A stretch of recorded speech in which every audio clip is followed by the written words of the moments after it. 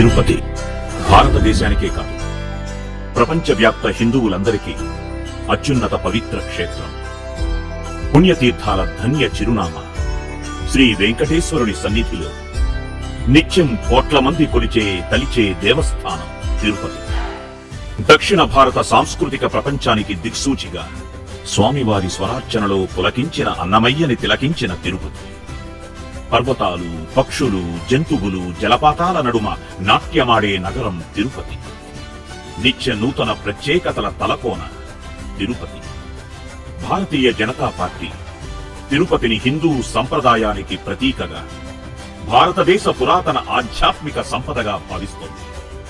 అందుకు సాక్ష్యం తిరుపతికి బీజేపీ అందించిన ఈ నిధుల నీరాజనాలు. Smart city. దేశంలో అతి కొద్ది పట్టణాలు, నగరాలకి మాత్రమే నిర్దేశించిన స్మార్ట్ సిటీ ప్రాజెక్టులో మన నగరం స్థానం పొందటమే ప్రధాని నరేంద్ర మోదీ తిరుపతికిచ్చే ప్రాధాన్యత ఏమిటో చెబుతుంది. స్మార్ట్ తిరుపతికి బీజేపీ 2000 కోట్ల నిధులు. స్మార్ట్ తిరుపతి అమలులో 62 ప్రాజెక్ట్స్. ఆకర్షణీయ వీధులు, వీధి దీపాల నుండి ట్రాఫిక్ కూడళ్లు, నడకదారులు, సిగ్నల్ క్రాసింగ్స్ వరకు సుందరీకరణ, ఫ్లైఓవర్ వంతెనలు. భారతీయ జనతా పార్టీని తిరుపతి వాసుల కళ్ల ముందు నిత్యం నిలబెడతారు. Tirupati fame scheme. అరణ్య పర్యాటకుల అయస్కాంతం తిరుపతి. పర్యాటకుల పర్యాయ పదం తిరుపతి.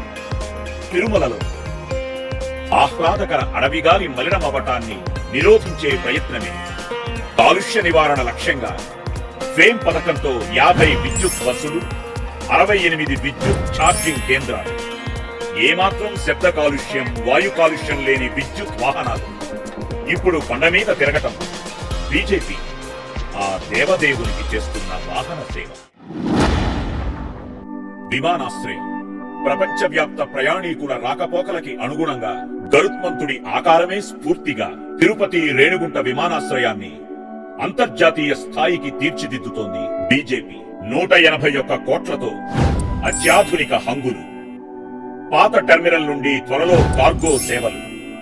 177 కోట్లతో సాగుతున్న రన్వే విస్తరణ. విమానాశ్రయంలోని పాత టెర్మినల్ భవనం వస్తు రవాణా కోసం దేశీయ కార్గో కేంద్రంగా రూపుమార్చుకుంటోంది. బోయింగ్ లాంటి భారీ సామర్థ్య విమానం కూడా తిరగటానికి అనువుగా జరుగుతున్న రన్వే విస్తరణతో తిరుపతి త్వరలోనే ఖండాంతర విమానయానానికి గమ్యస్థానం అవ్వబోతోంది. తిరుపతి ఐఐటి. అద్భుత ప్రతిభావంతులైన ఆంధ్రప్రదేశ్ విద్యార్థులకు అత్యున్నత ప్రమాణాల విద్యని చేరువ చేయటం పాలకుల ప్రాథమిక బాధ్యత. అందుకే Indian institute of technology IIT సంస్థను తిరుపతికి అందించింది భారతీయ జనతా పార్టీ. 1074 కోట్ల ఐఐటి ప్రాజెక్టు, 505 కోట్ల కేంద్ర నిధులు విడుదల. భారతదేశపు 3వ తరం ఐఐటిగా 2014లో ఆవిర్భవించిన తిరుపతి ఐఐటి 2015లో తరగతులు మొదలుపెట్టింది. పాఠ్యాంశాల వారీగా దేశం నలుమూలల నుండి విద్యాభ్యాసం కోసం వస్తున్న యువతతో తిరుపతిలో భిన్న సంస్కృతుల సందడి మరింత పెరిగింది. ఇంకెంతో పెరగబోతోంది. తిరుపతి ఐసర్. ఈ తరంలో మేధో సంపదని గుర్తించి వారిలో విజ్ఞాన పరిశోధనల పట్ల ఉత్తేజాన్ని పెంపొందించడానికి 2015లో పురుడు పోసుకున్న Indian institute of science education and research వ్యవస్థలో 6వది ఐసర్ తిరుపతి. మోదీ దూరదృష్టితోనే 1137 కోట్లతో ఐసర్ నిర్మాణం. 2015లోనే మొదటి విద్యా సంవత్సరాన్ని తాత్కాలిక భవనాలలో ఆరంభించింది ఐసర్. ఐసర్ తిరుపతి నిస్సందేహంగా భవిష్యత్ భారతీయ వైజ్ఞానిక రంగానికి పునాదిగా మారబోతోంది. Electronic manufacturing clusters. భారీ పెట్టుబడులతో ముందుకు వచ్చే సంస్థలని ప్రోత్సహిస్తూ తద్వారా స్థానిక యువతకి ఉద్యోగాలు సృష్టించడమే ఎలక్ట్రానిక్ మ్యానుఫ్యాక్చరింగ్ క్లస్టర్స్ అంతిమ ఫలితం. ఆ క్రమంలోనే దేశంలో 20 ఎలక్ట్రానిక్ మ్యానుఫ్యాక్చరింగ్ క్లస్టర్లలో ఏపీకి 3, శ్రీ సిటీలో 1, ఏర్పేడులో 2. బీజేపీ హయాంలోనే 56.76 కోట్ల శ్రీ సిటీ క్లస్టర్ కు 2016లో శ్రీకారం. ప్రియతమ ప్రధాని నరేంద్ర మోదీ గారి మేక్ ఇన్ ఇండియా నినాదంతో పుట్టిన ఈ అత్యాధునిక సాంకేతిక సంస్థల సముదాయం తిరుపతి పార్లమెంట్ పరిధిలో లక్షల మందికి ప్రత్యక్ష పరోక్ష ఉపాధిని కల్పిస్తోంది.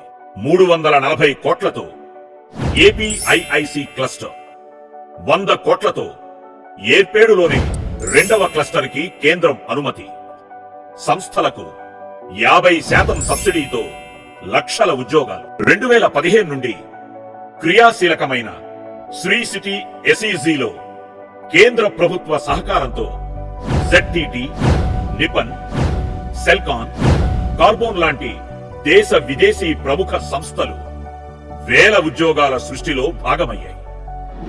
మెగా ఫుడ్ పార్క్ రైతు శ్రమ ఫలితమైన ఆహార ఉత్పత్తులకి విలువని జోడిస్తూ లాభాన్ని పెంచుతూ పంట వృధాని అరికట్టడమే మెగా ఫుడ్ పార్క్ కర్తవ్యం. బీజేపీ చిత్తశుద్ధి ఫలాలు. మెగా ఫుడ్ పార్క్ ప్రాజెక్ట్స్ దేశంలో 38, తిరుపతి సమీపంలో 1, 126 కోట్లతో నడుస్తున్న మెగా ఫుడ్ పార్క్. ఈ సంస్థల్లో వ్యవసాయ ఉత్పత్తులు, ఆహార శుద్ధి మరియు నిల్వ ప్రక్రియలతో నిర్దేశిత వాతావరణంలో పరిరక్షించబడతాయి. తిరుపతి సమీపంలో 2015లో ఏర్పాటైన మెగా ఫుడ్ పార్క్ స్థానిక మామిడి పండ్లను దీర్ఘకాలం వివిధ ఆహార ఉత్పత్తులకు వినియోగించే ప్రక్రియతో నాణ్యతను పర్యవేక్షిస్తూ ఎగుమతి చేస్తోంది. రైలు బడ్జెట్. తిరుపతి స్టేషన్ దేశంలోని 10 అత్యుత్తమ పరిశుభ్ర రైల్వే స్టేషన్స్ లో 3వదిగా నిలిచింది. దశాబ్దాల తరబడి కాగితాల మీద మాత్రమే కనిపించిన ఎన్నో రైలు పట్టాలపై ఈ రోజు రైళ్ల రద్దీ పరుగులు పెడుతోందంటే అది బీజేపీ ప్రతి వార్షిక బడ్జెట్లో చేసిన కేటాయింపు, నిర్మాణ సామర్థ్యంలో అమలు చేసిన చిత్తశుద్ధి వల్లే సాధ్యమైంది. ఇప్పుడు మోదీ గారి కృషితోనే 1825 కోట్లతో ఓబులవారి పల్లె నుంచి వెంకటాచలం మధ్య 95 కిలోమీటర్ల కొత్త రైల్వే లైన్ పూర్తి. అంతేకాదు, భారతీయ జనతా పార్టీ సముద్ర తీర ప్రాంతాలను, ఓడ రేవులను ఒక్క తాటిపైకి తెచ్చి ప్రపంచ సముద్ర వాణిజ్యంలో ధీటైన స్థానం సాధించేందుకు తలపెట్టిన సాగర్ మాలా రైలు ప్రాజెక్ట్స్ లో తిరుపతి ప్రాంతం కలుపబడింది. సాగర్ మాలా ప్రాజెక్టులో ఆంధ్రప్రదేశ్ కు 21 రైలు మార్గాలు కేటాయించగా అందులో 4 తిరుపతి చుట్టుపక్కల రాబోతున్నాయి. బీజేపీ పాలనలో పట్టాలెక్కిన పనులని చూస్తే కృష్ణపట్నం వెంకటాచలం డబ్లింగు ఎలక్ట్రిఫికేషన్ 87 కోట్లతో పూర్తి. కిసాన్ రైల్. రైతు దేశంలోని ఒక ప్రాంతం నుండి మరే ప్రాంతానికైనా వెళ్లి తన పాడి పంటలకు గిరాకీ రాబట్టుకోవాలనేదే నరేంద్ర మోదీ గారి సంకల్పం. దేశంలోని రైతు అనుబంధ వ్యవస్థలలో మార్పులకు శ్రీకారం చుడుతూ కిసాన్ రైలుకి పచ్చ జెండా ఊపింది బీజేపీ. కర్షక పక్షపాతి బీజేపీ సర్కార్ పురోగతిలో ఢిల్లీ, ముంబై నగరాలకు వ్యవసాయ, పాడి ఉత్పత్తుల రవాణా. గత 10 నెలల్లో ఢిల్లీకి 4 కోట్ల లీటర్ల చిత్తూరు పాలు రవాణా చేశామని భారతీయ జనతా పార్టీ సగర్వంగా ప్రకటిస్తోంది. అనంతపురం నుండి రాయలసీమ జిల్లాల ద్వారా ఈ రైలు తాజా ఉత్పత్తులతో మహానగరాలకు చేరుతుంది. ఇవన్నీ ఇప్పుడు మనం ప్రత్యక్షంగా చూస్తున్నాం, మరెన్నో చూడబోతున్నాం.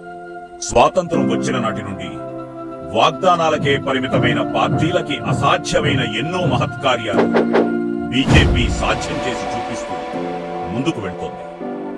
నాయకుల విలాసాలకు పరిమితమైన ప్రాంతీయ పార్టీలకు వ్యతిరేకంగా ప్రజల సౌకర్యాలు, ప్రాంత అభివృద్ధే ధ్యేయంగా పనిచేసే నాయకత్వం బీజేపీ సొంతం. అందుకే తిరుపతిలో జనసేన బలపరిచిన బీజేపీ అభ్యర్థికే ఓటు వేద్దాం. తిరుపతి అభివృద్ధికి బంగారు బాట వేద్దాం. భారత్ మాతా కీ